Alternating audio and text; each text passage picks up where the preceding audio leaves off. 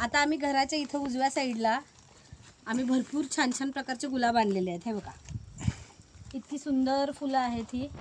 हा एक पिवळा गुलाब आहे, हा लाल आहे, हा पिंक कलरचा आहे आणि हा एवढा सुंदर ऑरेंज कलरचा गुलाब आहे.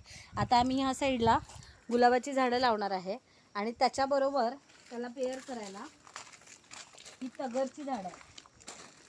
एक गुलाब आणि एक तगर असं लावायचं ठरवलं आहे आणि त्याला आम्ही हे खत घालणार आहे. ह्याच्यामध्ये वर्मी कंपोस्ट 60%, 20% निंबोळी पेंड आणि 20% फ्लरिश जे भूमी गार्डनिंग सोल्युशन्सचं ऑर्गॅनिक मॅन्युअर आहे.